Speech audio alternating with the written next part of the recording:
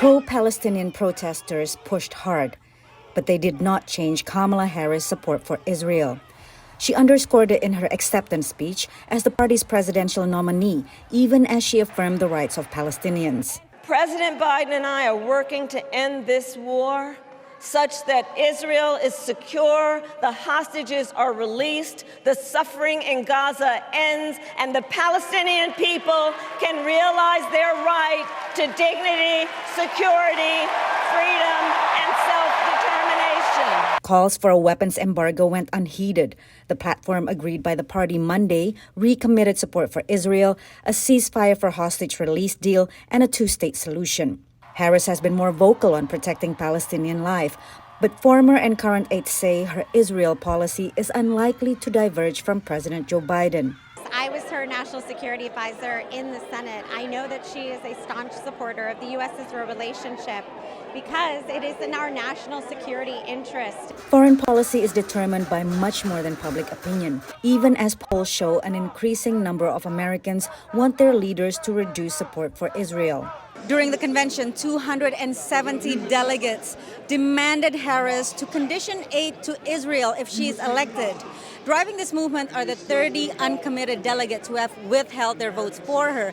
That is a tiny amount, less than 1%, and she was still nominated overwhelmingly. Uncommitted delegates say they're not discouraged. I've found that a lot of people are really with us on this issue, but they're we don't know where to begin or how to get involved. So I'm feeling like we've already made tremendous progress. Gaza is one issue where Democrats find disagreement. Pro-Palestinian delegates were unhappy their speakers were only given an opportunity to speak on the sidelines, unlike the parents of an American hostage held by Hamas who addressed the convention.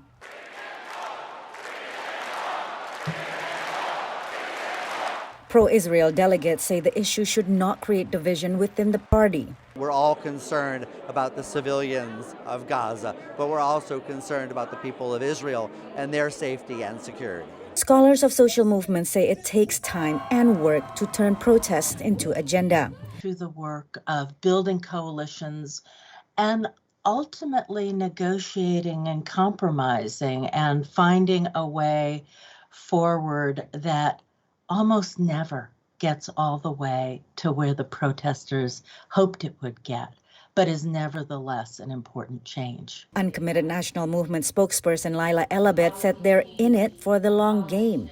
Our strategy is not to abandon the Democratic Party, but to essentially revolutionize the Democratic Party and listen to its core base. Pragmatism is key, said Minnesota Attorney General Keith Ellison, who is Muslim and sympathetic to the Palestinian cause. You need to win to have power. Harris, the numbers are up everywhere. The chances for success are higher. So although none of their demands were met, pro-Palestinian delegates say they're determined to push for their cause. Patsy, Widakuswara, VOA News, Chicago.